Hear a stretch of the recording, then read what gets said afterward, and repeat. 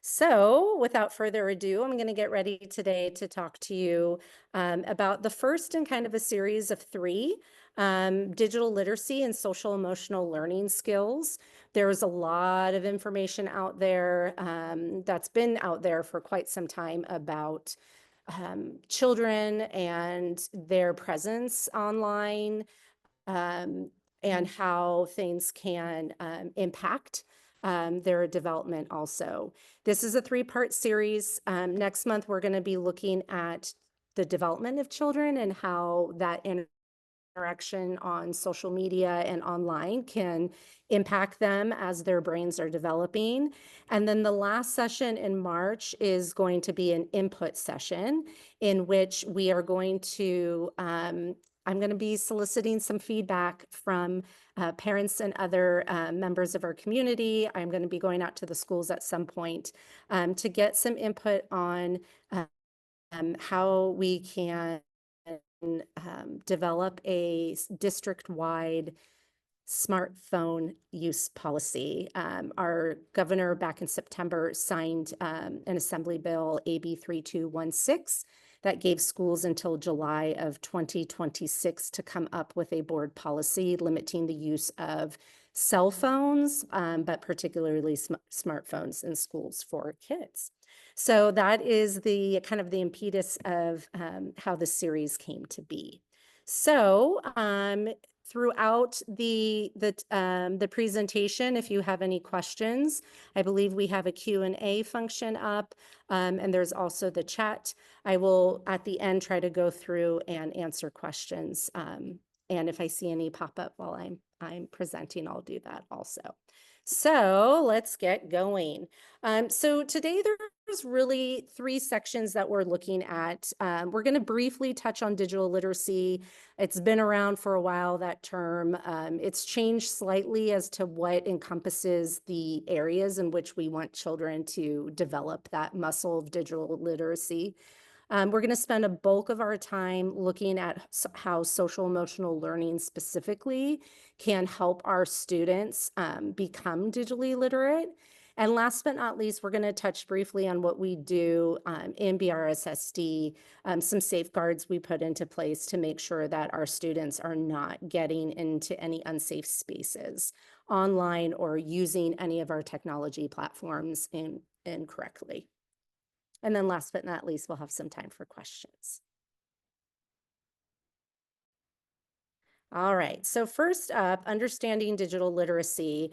Again, I know this is not a term that's new to a lot of us. Digital literacy is a term that's been around for quite some time.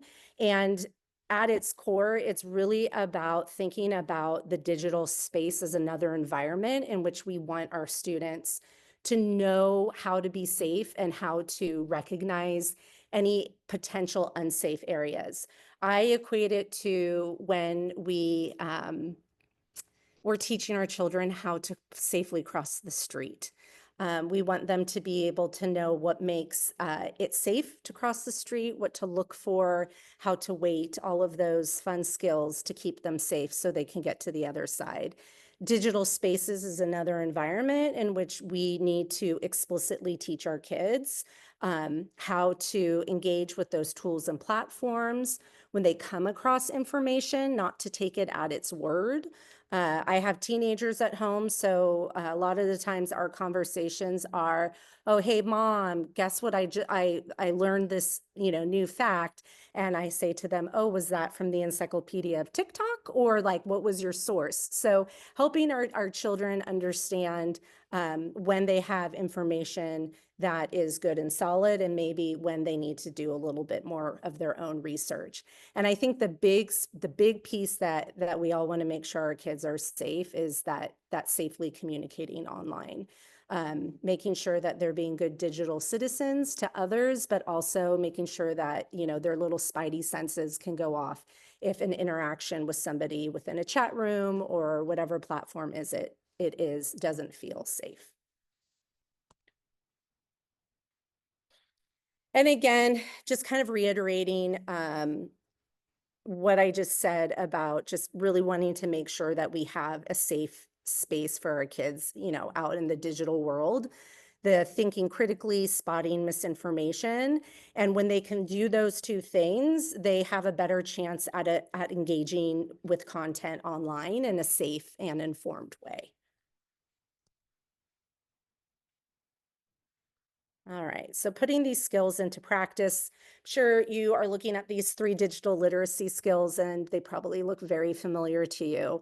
We want to make sure that they, don't think TikTok is the end all be all of information, that they can know how to find reputable sources, and how to really just be able to identify false or misleading content.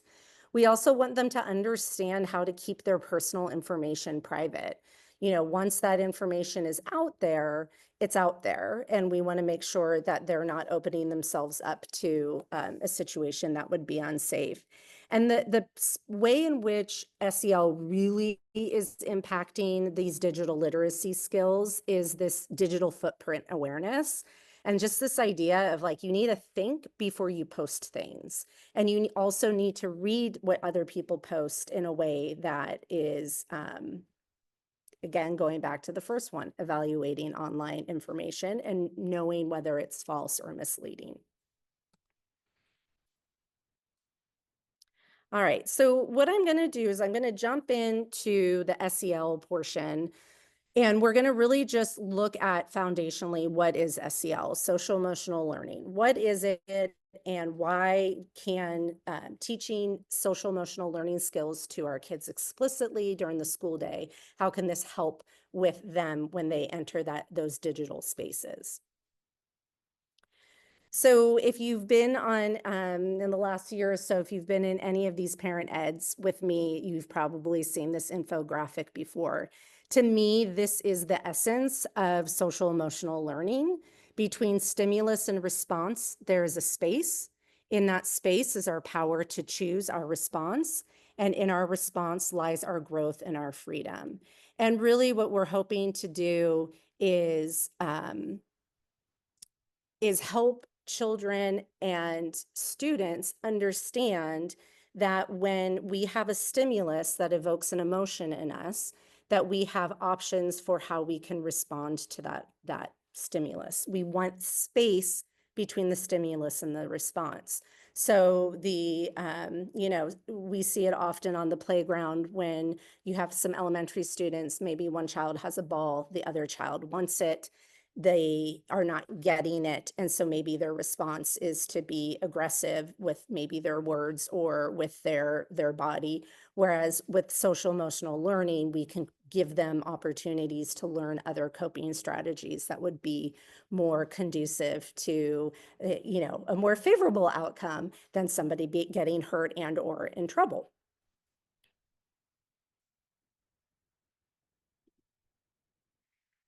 A big part of this idea of like, I have a thought that evokes an emotion, and from that emotion, there's a behavior. Behavior and emotion are not mutually exclusive. They go hand in hand. And so when I'm talking about the stimulus, you can see over here the graphic of what I can control and what I can't control. A lot of the times when we have a very short distance between that stimulus and that response, it's because something outside of my control is triggering to me. And that distance is very short. Maybe I'm not understanding the emotions that I'm feeling. And as a result, perhaps my coping strategies are not of the best, and they can create bigger situations. It can trigger my nervous system where my fight, flight, freeze response is activated. And I'm not in a space where I can be logical about how I can deal with this situation. A lot of social emotional learning kind of falls in this section that says in my control. Learning what your boundaries are, how you can express your boundaries, how you can hold your boundaries, understanding your thoughts and how they present in your behaviors. Lots of growth mindset and resiliency falls into this situation. As you can see right here on the right with this wheel, this is the emotion wheel, which is one of the most fascinating things to me to think about, humans are complex. And when you look at the emotion wheel, you can just see just how complex we are. So in the middle here, these are what's known as your primary feelings. And then as you kind of move out each of these rungs here, you're getting to more specificity and you're just getting more specific. And so as we like move through our development and, we start with toddlers, right? They're kind of in this space in the middle. Their feelings are pretty basic. And we teach them like, when you're angry, if you feel like you need to hit something, hit a pillow, not your sister, those types of coping strategies. And then as the kids get older, they can be, and as they flex their muscles of emotional awareness, they can start to be more specific about what that feeling of anger is that they're feeling. And they also can learn that you can feel more than one thing at a time. You can you can feel lonely and you can feel proud at the same time. These feelings are not mutually exclusive.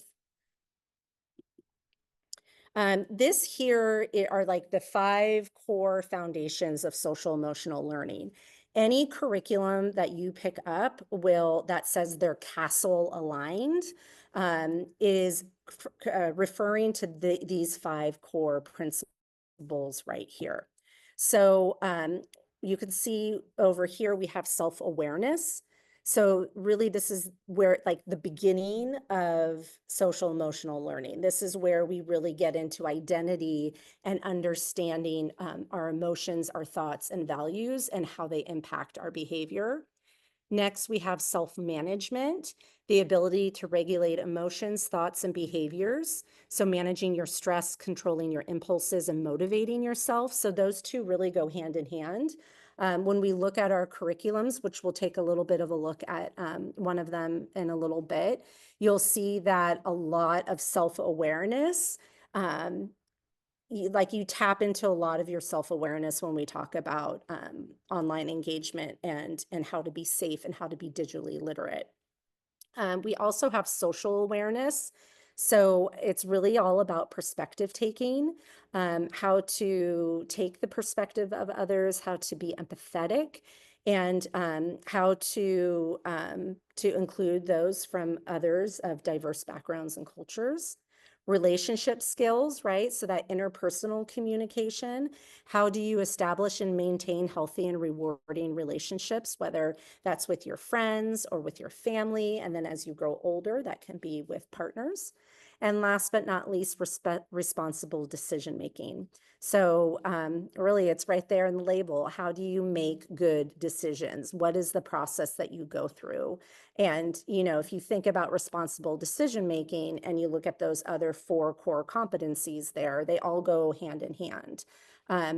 All of our social emotional learning curriculums do touch on these 5 core concepts. Some curriculums call them under different names, but they all can be mapped back to these 5 areas. And from kindergarten through 8th grade, the curriculums that we use all help kids developmentally develop their skills in these 5 areas. So our curriculums, we have 2. We went through a curriculum adoption a few years ago, and the committee felt very strongly about using Second Step for TK through 2nd grade and using Wayfinder for 3rd through 8th grade. So a little background on these curriculums. Second Step is like I would say the original SEL curriculum. It's been around forever, decades. It was first developed as a curriculum for elementary kids. They've since developed their curriculum up. So we see that it's really, really great for our primary age students in TK through 2nd grades. And then Wayfinder is a curriculum that's built on like purpose and efficacy. And this was a curriculum that was built, it actually was, it comes from the Stanford DTech school. design thinking school in which it was designed there. And so we've had a really great success with Wayfinder, especially with our older kids, because the curriculum feels like more mature in content, not in the sense that like we're talking about things, you know, with third graders that you would talk to with eighth graders, not that, but just the presentation of the material and also the activities that they engage in and the discussions that they have them engage in. All developmentally appropriate, but also very engaging and thought-provoking for our students. What I want to do is I'm going to take you through Wayfinder, and I'm going to stop sharing for a second so I can pull up that. And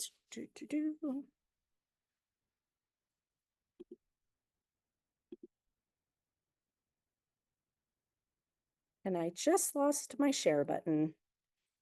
There it is. Okay, let me see. Same.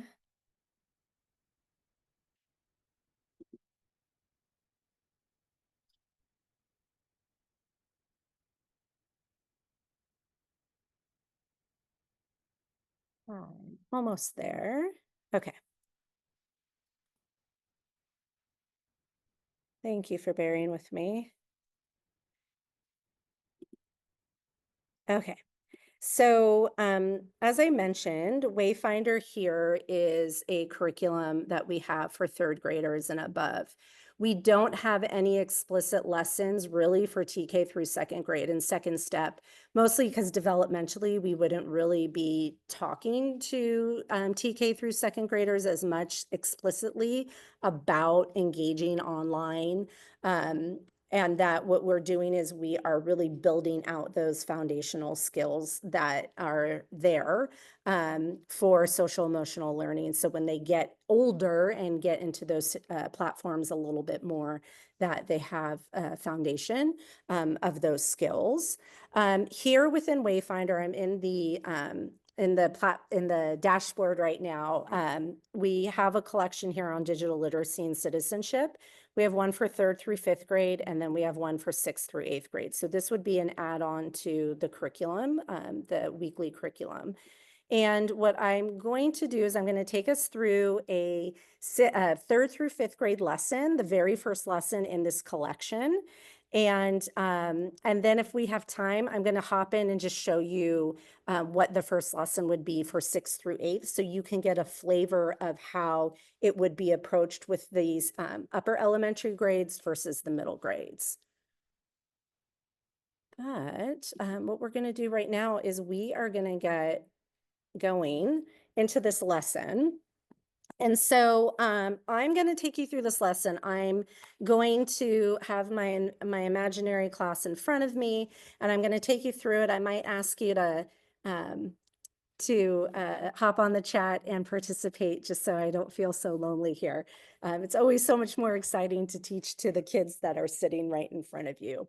But to launch the lesson, this is the very first lesson in that collection on digital literacy. And we're starting at the beginning with the digital footprint. This idea that wherever you go online, you leave behind information about yourselves, right? And this is what we refer to as your digital footprint. So I want you to take a moment and think about all the ways in which you can engage online. And what would be a type of information about yourself that you would leave behind? So why don't you take a minute to think about it, and then if you could drop your thoughts into the chat, that would be awesome. So what is some type of information about yourselves that you could leave behind on the internet? You guys are awesome. All right, your birthday, your email, your name, right? You could even possibly have photos of yourself, your address, any videos, usernames. The list is endless. There's lots of different ways in which we can leave our digital footprint. And so that is why when we engage online, we need to have some guidelines with how we conduct ourselves in these spaces. And so what we're going to do is we are going to watch a very quick video about a special guideline that we can use when we engage online. And really, the guideline is helping us leave a positive digital footprint wherever we go. So I'm going to start this. Hopefully you guys can hear it. If there's any sound issues, please let me know.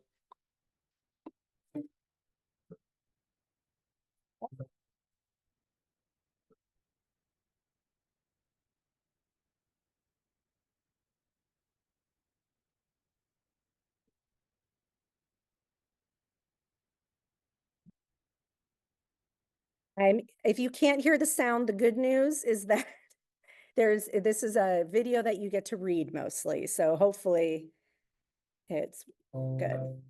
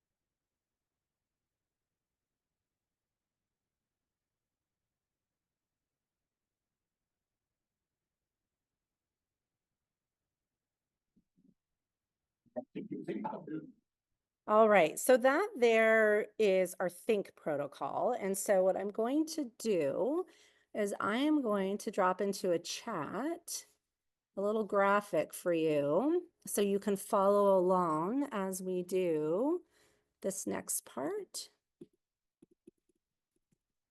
Of course, it's not. All righty, that's okay.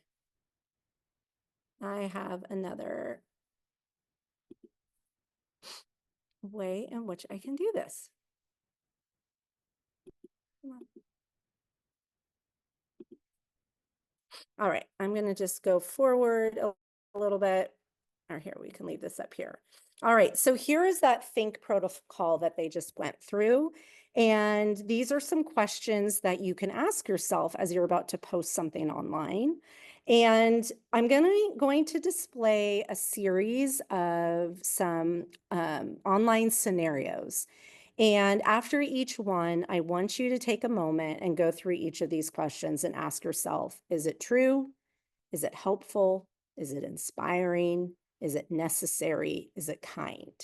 And if we answer yes to all these questions, then that means we are most likely leaving a positive digital footprint.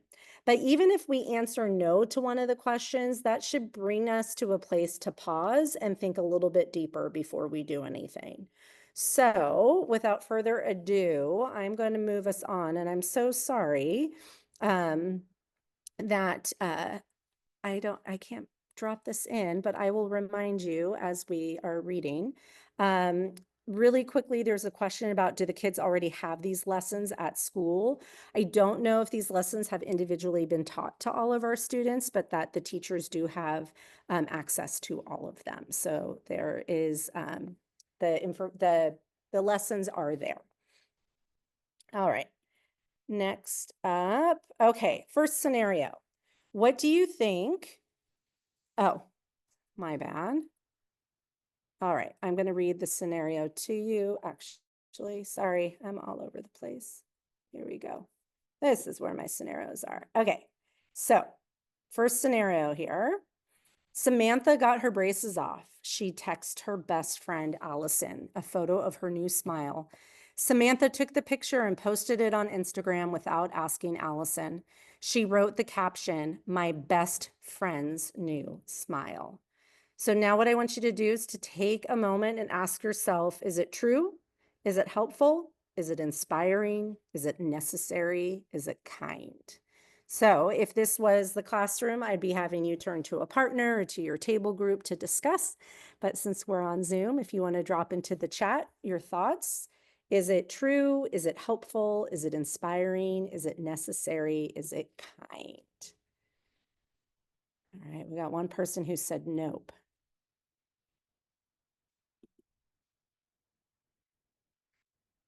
All right. So most likely a lot of us would probably say, is it true? Yeah, it's true. Her friend's new smile is beautiful. Is it helpful for her to post a picture of her friend online without her permission? Probably not. Um, Kids these days, and I'm so happy they're really into consent. They really understand that boundary of making sure that others are okay with posting pictures online. So I think it's safe to say that this one would probably be no. All right, on to the next one. Isla was at her sister Jessica's high school graduation. Jessica's best friend Audrey came over and took a photo of the family. She said, "Aw, the photo is so sweet. Can I post it to my Instagram story?" Everyone agreed and said yes. Did Audrey think before posting?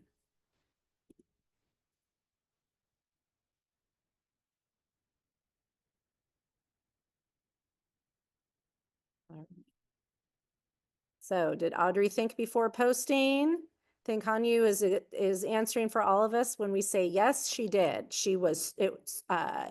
What she posted was true. But I think the most it's inspiring, it's kind, and really the thing here is that it was helpful because she asked for permission first. In the last one here, there's a question about whether or not the student was posting, I think, a picture of herself, and she was posting a picture of her friend who had just gotten the braces off. So that was why we were saying that it didn't follow the think protocol. All right. And our next one, Jared was playing his friend Greg in an online game. He beat Greg's high score and wanted to show off. Jared wrote in the community chat, "Look how badly I beat this loser." Did Jared think before posting?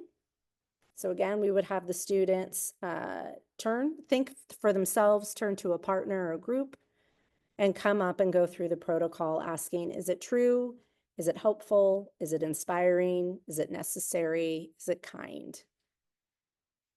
And reiterating that you really have to answer yes to all of them if you want to be leaving a positive digital um, um, footprint. And I think we can all agree it's not helpful when you go on there to boast, to brag, to put somebody else down.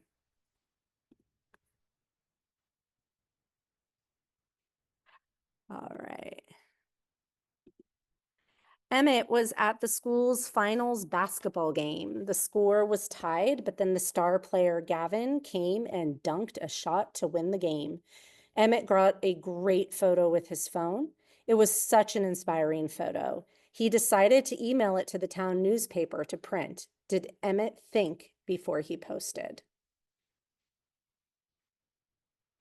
This one is one that would get the kids really talking. Because even good intentions, again, it comes back to making sure that Emmett has the consent of Gavin, right? So we could all say that probably Emmett's intentions were really good. He wasn't trying to be mean in any way or make his friend Gavin feel uncomfortable, but probably he should have asked Gavin for some permission before he posted.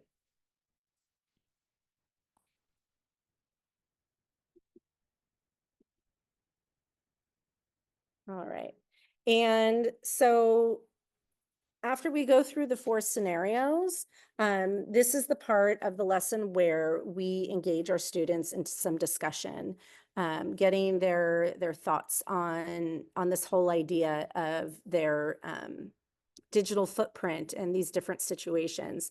I know us as adults, we probably can think of many situations where we wish people would apply the Think protocol. Next door is one of them, where if some people just stopped and applied the Think protocol, it would probably be such a better space to interact than what we have on there these days.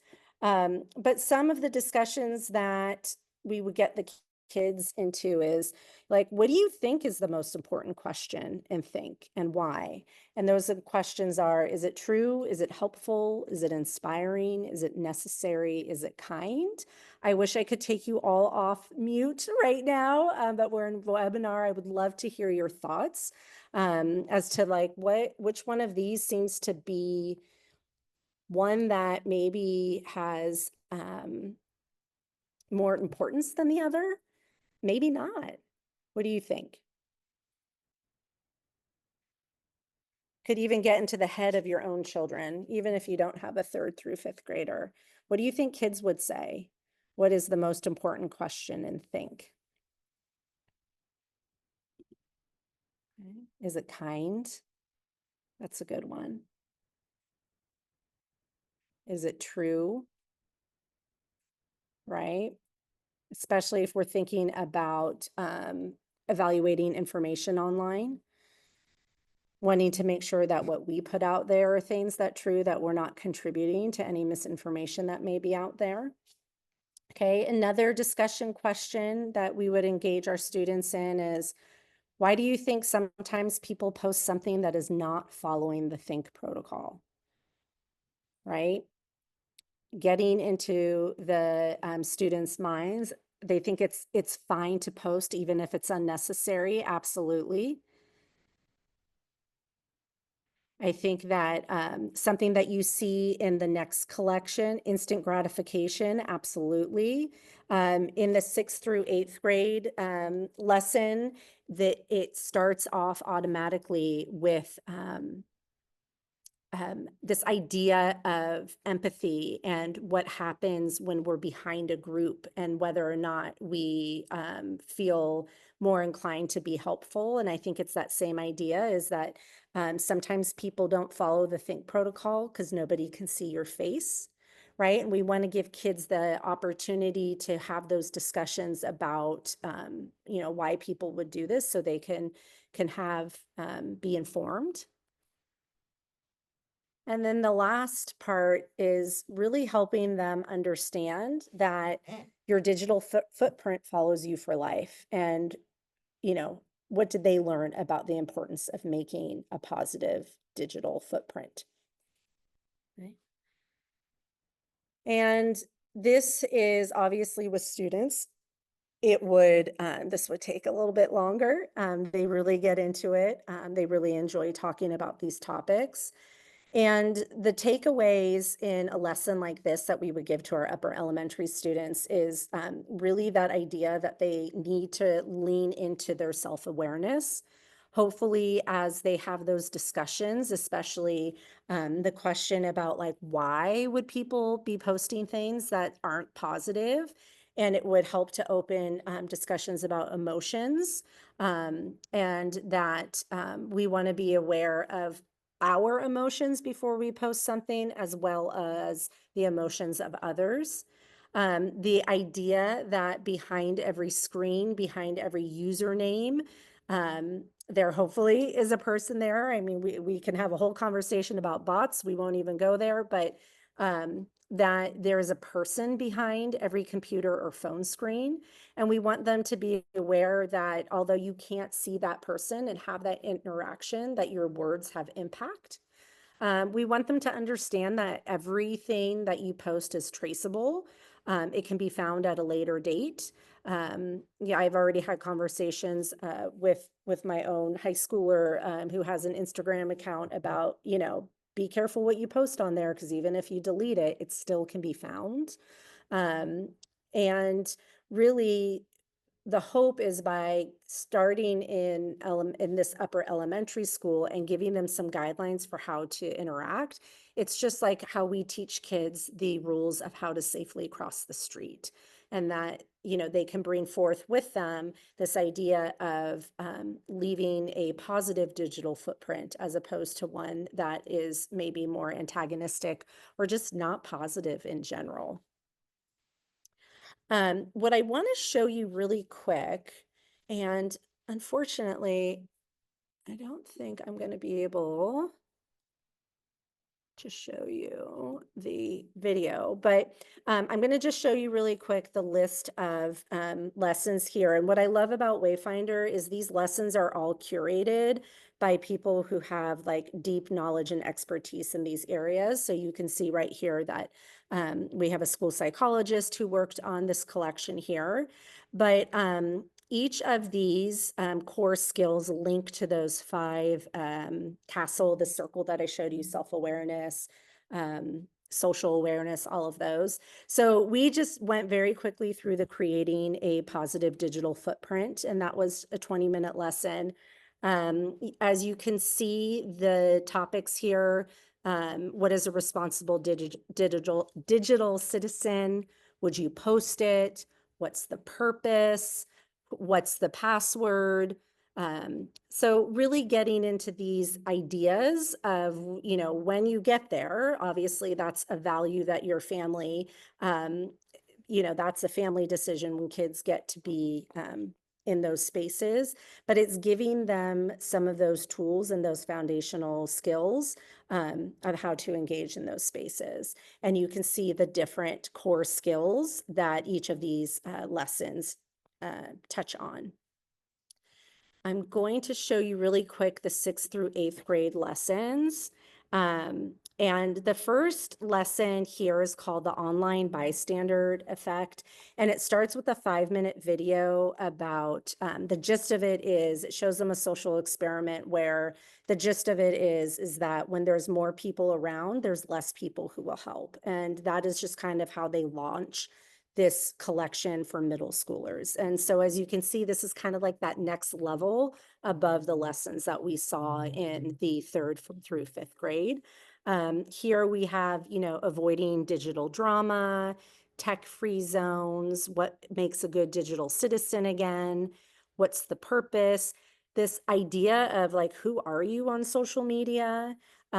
Even getting into the Surgeon General's warning and letting the students really make their own meaning behind it, because I think that, you know, all kids growing up, they like to think that us adults just kind of dictate the things that they can and can't have, but really for them understanding why we're putting more and more limits. The more we know, the more limits we're putting on students, on children and their access to certain areas of the internet or just having smartphones in general. I would say that the Surgeon General's warning is kind of, if we put a timeline of all these things that have happened that have led to California, to the governor signing AB 3216, mandating that schools, that school districts have a board policy outlining the limited use of smartphones at school. I'll get into it in our 3rd session, but I'm happy to say that all of our sites already all have their own cell phone policies. So we will be looking to have a uniform one that will go into effect no later than July 2026. But just wanted to give you kind of a flavor of what, how explicitly social emotional learning skills are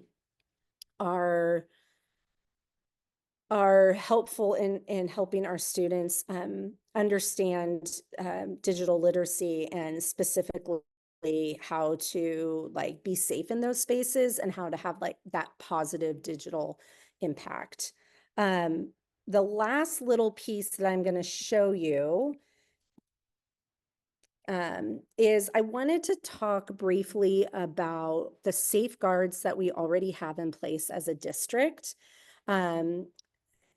To like make sure that when your students are at school and using technology, that they're not engaging in technology in any way that would be inappropriate. We do have a technology use agreement form, which, there's many forms to sign at the beginning of the year. Teachers do go over it with students, but, kids will be kids. And so I'm going to briefly explain which each of these platforms are. The first is Go Guardian. This is something that our teachers have within the classroom. It's like a monitoring system. They can see on their Go Guardian dashboard, when they have their kids engaged in their Chromebooks doing some type of assignment, they can monitor what they're looking at. They can approve websites. They can block websites. It's just a really great way to allow teachers to monitor without having to constantly be standing behind students. Because as you can imagine, if you have 25 kids with their Chromebooks open, you can't be monitoring all 25 at once. So that is what Go Guardian does. Down here is Bark. This is more of something that we have that our site administrators, they get something called a Bark alert. Bark also is a company that has a very wide range of products. They do have some for parents. As a way, there's Bark phones. So when parents want to give their child a phone but don't want them to have the freedom of an iPhone or an Android, they can buy a Bark phone that has safeguards already in place. And so the way that that works in our schools is that Bark will send alerts to the principals when a student is on one of our platforms. So this could be chatting one another using Google Docs, in which there is like profanity, if they are saying things that could indicate suicidal ideation, anything that would indicate any type of threat or violence, it will send the principals Bark alerts. As you can imagine, 99.9% of them are, not indicating that we have students who are suicidal or are going to do anything violent to our schools, but it's really there as a way to make sure that kids are not using our platforms to look up inappropriate content like pornography, and that they're even like rap lyrics. We had a student who was looking up rap lyrics that were very explicit. It sparked a Bark alert for the principal. So it gives the principals the opportunity to catch those things and let kids know that's not appropriate use of technology when you're using our equipment. Last but not least, we have here Stop It. And Stop It was just introduced in the fall. The San Mateo County Office of Ed has offered to all 23 school districts in our county the Stop It platform. And really what it is, it's a way for students to anonymously report anything that isn't right. So we have kids using the platform to let their site administrators know that a kid said something to them that didn't feel right. We have everything from that to the Ralston bus. We have kids who have been using that platform to let administration know when things go on there that maybe an adult should know about. So the kids are using it. Mostly it's being used for things that they could go to an adult for, but they feel more comfortable using an anonymous platform. But those are just a few of the things that we have in place.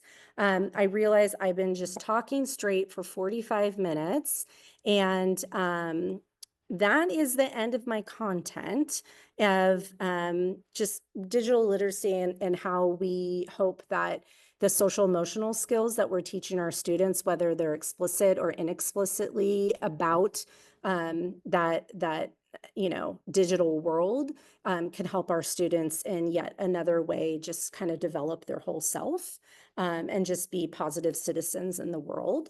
If you have any questions, please drop them into the chat. Thanks, Lily. Yes, there's the safeguards are there. I think a lot of people probably don't know about Bark Alert. But it's a great one that's there for everyone. Any questions anybody has about social emotional learning, how we support our students in and being good digital citizens?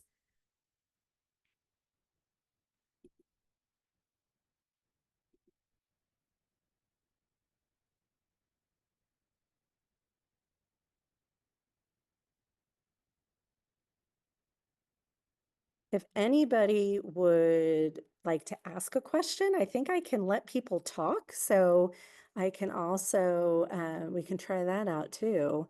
All right, let's see, what have we got here? At what grade level do students start using the computers more in class? I think we see it being used more as they get to third grade. Um, Typically in our primary years, they're not really using the computers. There's so much learning to be done that's tactile, and we're wanting to also develop their fine motor skills. Most of our curriculums, it's probably starting in third grade that we start to have more of like a digital presence for some of the ways in which they can engage with their work, but it's more in third grade. And then again, it also depends on the teacher. Some teachers are really techie and some are not as techie, and you just kind of see a difference in how they are incorporating technology. All right. Can school install some parental control software in students' Chromebook to block the inappropriate websites and online games? I'll have to get back to you on that, Min, but I don't think so. I don't think we're allowed to, just because of the imaging that goes on our tech end, but I'll have to take that question to our director of technology to see what he would say. But I have a feeling that parental controls probably can't be put on there, because the idea is that they're using it just for schoolwork. I know that's not always the case, but that it's there. Let's see, Kate, my daughter is in kindergarten. When do they start using technology in the classrooms? Just same question as Lily.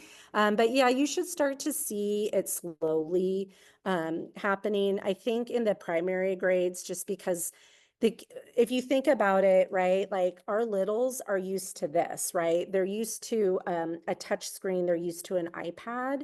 So what I have seen in the primary grades is, like, during centers time, sometimes teachers have a set of iPads that the kids get to access a specific app, but that's probably the most that you're going to see technology being used in the primary grades. Let's see. Oh, Kate, great question. I just saw your question in the Q&A. Do parents have the option, if they don't want their kids to use the Chromebooks, to do something else instead?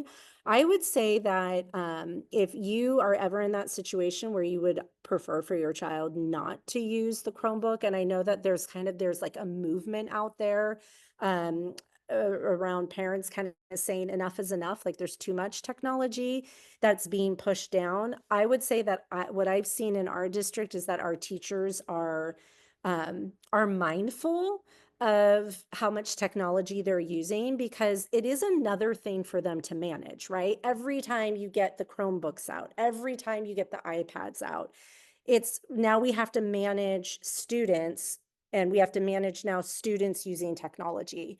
And as students get older, they're able to do better at managing that. Like, think about impulsivity. Think about if you had 5 kindergartners all having trouble logging onto a system, and you might be the only adult in the classroom, that's a lot. So really what we're seeing is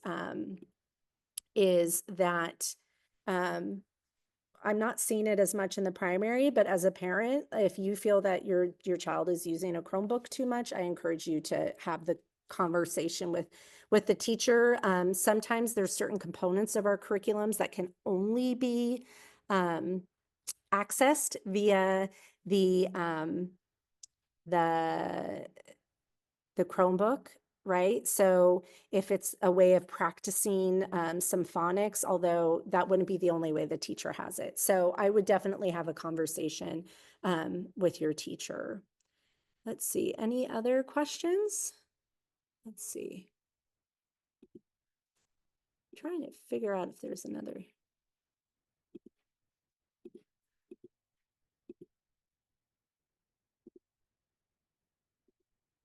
Let's see. Any other questions? Any burning questions? Also, if you have a question that you're like, oh my gosh, this is too much to write, just let me know and I think I can unmute you and you can ask me the question.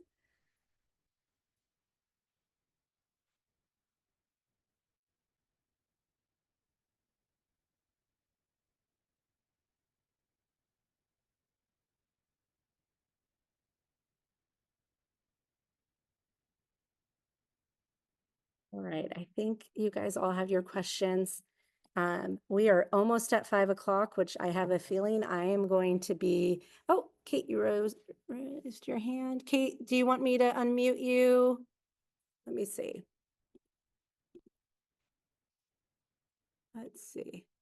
All right, Kate, we're gonna learn together. There, let's see. Where are you? There you are, Kate. Okay. All right, Kate, you there? Can you hear me? Oh my gosh, yes, I can. Can you hear me? Yes. Yes. Awesome. What's on your mind, Kate? I feel like I'm on a radio talk show right now. What's on your mind? I had a lot of questions like Okay. on smartphone use in kids. And one of the things that I had learned about in the book is some of the schools now, they have like these boxes that the kids can like lock their smartphones in, just so it kind of prevents, basically they just don't have access to smartphones during the day. Yeah, sorry, you're cutting out on me a little bit, but I think you're asking about like little lockers, phone lockers or whatnot to put phones away. Yes. Sorry, like, this is weird with the volume. Just curious if the Belmont schools do that, or if that was like something. Yeah, so I think I got your question is you're just asking like, is that like a uniform policy we have in the Yeah. district or is that like a school policy? Yeah, or like what they're doing to just kind of limit the Yeah, smartphone in the school, like during the day. Because like obviously I went to school, there were smartphones didn't exist. There was no distraction with that. And I'm yeah, just, I get distracted at work all the time with my smartphone. yeah. So right now, if you go to each one of the school websites, you can find their cell phone policies. And pretty much every site has a policy that phones are not allowed during the school day. There are certain times where teachers may allow, but it is like we are not using phones during the school day. And so when I started, looking at our different, I was like, gosh, I wonder if we all like it, where they all are. And all 7 schools are pretty much aligned that phones are not part of our school day. Anecdotally, I will tell you that I have my kids are in the San Mateo Foster City School District, and when my 9th grader started 6th grade, they introduced yonder pouches at their middle school. And the yonder pouches, like if you've ever gone to like a comedy show and they make you put your phone in a magnetic pouch, they implemented those at the schools, and it's been a beautiful thing. Like the kids know that there is absolutely no reason for your phone to be out. So even if you pretend that your phone is in the yonder pouch, you can't be out. Like the minute it's out, it's going to be taken away from you. Yeah, that was like the idea of the smartphone locker, was that like the kids come to school, they lock it in there and they have no access to it. Yeah. And it is, so the downside to using something like that is it's another layer of management, right? So the middle school, Abbott Middle School, they have like 700 students, so they're not as big as Ralston. But if you think about it, in the morning, they have to make sure that 700 students have if they have a phone, it's in the yonder pouch. And then they have to provide spaces where adults can stand there with the magnetic, pouch, opening it up at the end of the day. And Yeah. so, and I would say now, after, I think they're like in year 3 or 4, what they've been doing that, because my younger daughter's in 7th grade, is she's like, I'm not putting I'm not putting my phone in my yonder pouch. She has anxiety, so she wants to know that she could call me if she needs to, but she also knows you can't show it. And I said, hey, I'm not going to back you up if I get a call that I have to pick up your phone. And she's like, I know, it just stays in my backpack. I turn it off. It's just there. My older daughter is at Hillsdale High School, and there they have the phone lockers in the classrooms, and the students will put the phones in the phone locker at class, but they get the phones during passing and times and during brunch and lunch. Mhm. So, but I think they're on the move to, because I got notification that they're going to start reviewing their cell phone policy. So you are going to start seeing more and more, just kind of, it's easier to have a no cell phone policy rather than to have one that says, well, during these times you can have it, but these times you can't, it just gets a little tricky. Yeah. So the hope is that after our March session, that we'll be getting some input from parents on their thoughts. And then my goal is to go to students also, to our middle schoolers for sure, to get some of their input. And then I'll present it to our superintendent. I'll let him and the board make their policy on how we're going to move forward for sure in the 26-25 school year. So yeah, thank you. Anything else, Kate? Oh, no, that's it. I'm really excited to hear your next session as well, on the Yes. development. That'll be great. Yeah, there's a lot. I have all these great books from the Sequoia Healthcare District. And I hope at one point I can get people in session, because I just want to give people these books, but there's a lot of books out there.